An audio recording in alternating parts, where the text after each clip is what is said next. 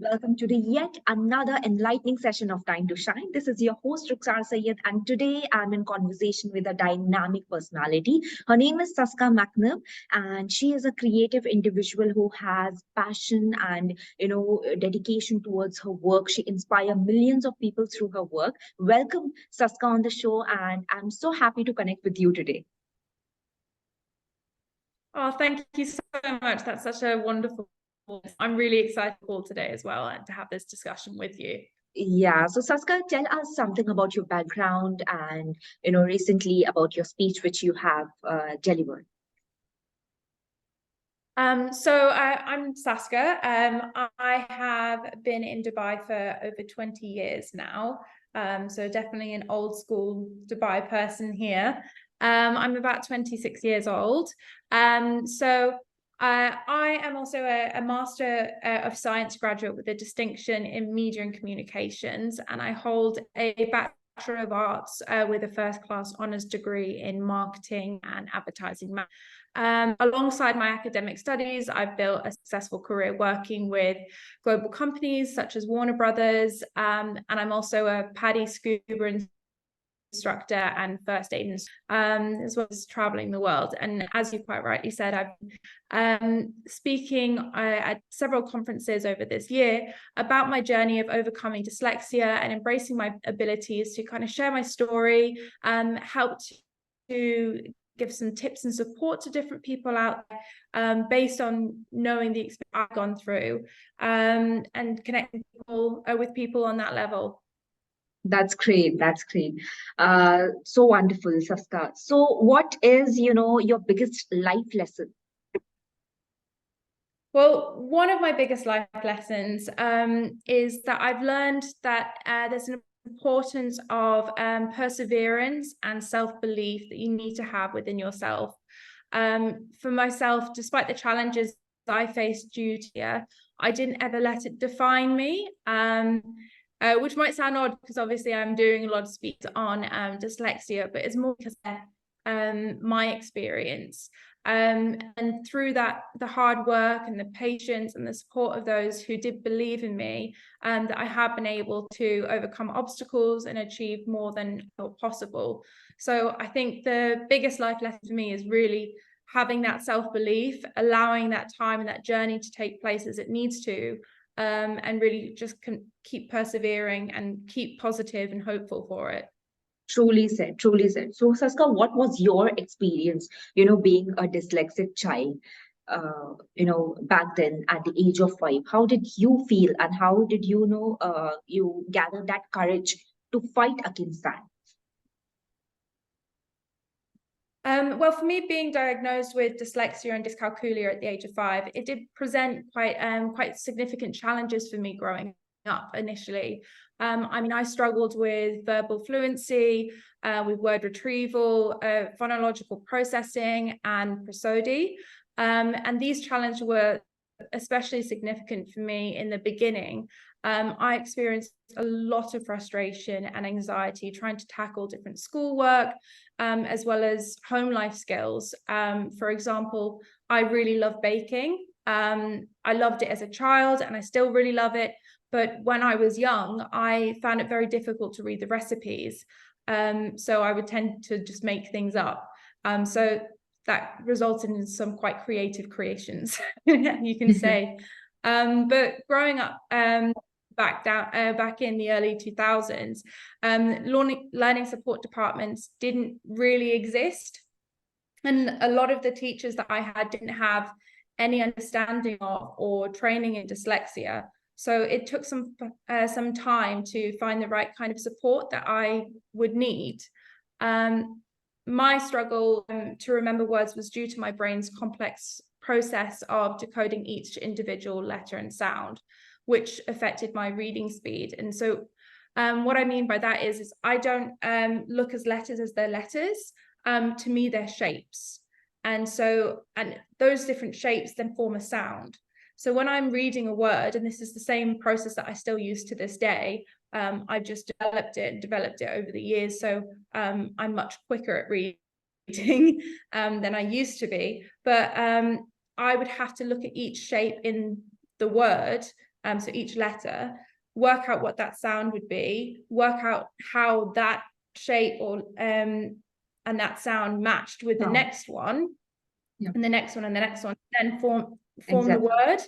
And so that took quite a lot of time, as you can imagine. I mean, trying to read a sentence and it had, for example, the word "the" twice in one line. I would spend so much time kind of coding and reading everything that was on that one sentence that by the time I got to the second "the," I couldn't really understand that it was the same word. So that was kind of what really slowed me down then. And it was not only frustrating but exhausting, as you can imagine, as well. But it is so inspiring. But my parents did. Yes. It is so inspiring to see you achieve so many things together now, excelling in your field. And, further to add, you said that teachers also supported you a lot in your journey. So what is, according to you, the role of teachers in your, the journey of learning, in healing? So what was their role? Well, I found I was really lucky, and I actually found an exceptional learning support teacher when I was quite young as well. And she helped me become way more familiar with patterns through different memory games. And so gradually I kind of found it easier. She also, she gave me a course it's called Johansson's individualized sound therapy. So I used to listen to that every night, and that would help me kind of settle and listen to different tones, and that helped with pronunciation and listening to what people were saying, and then being able to take away from that the different sounds that it would be in a word.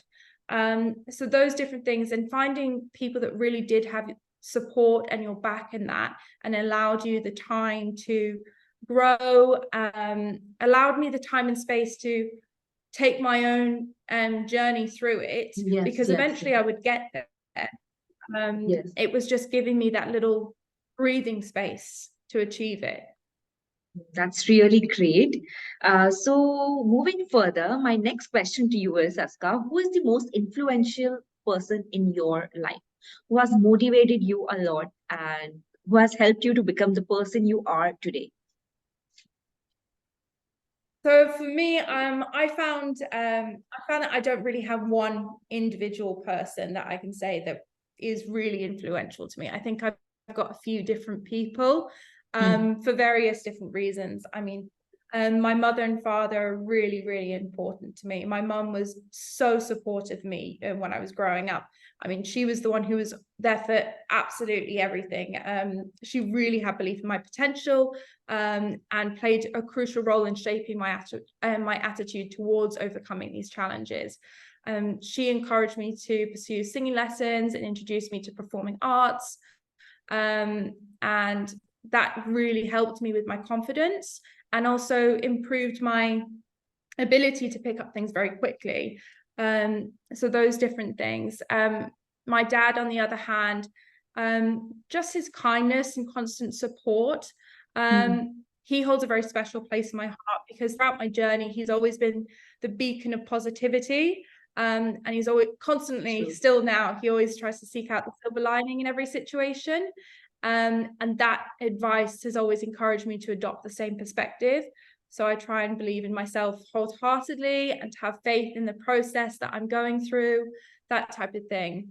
Wonderful. And then finally, I'd say probably one other person, because I could keep going on, would be probably Richard Branson. I think Richard Branson would probably be the next person. He would hold a special place amongst those influential, particularly as he's a fellow dyslexic.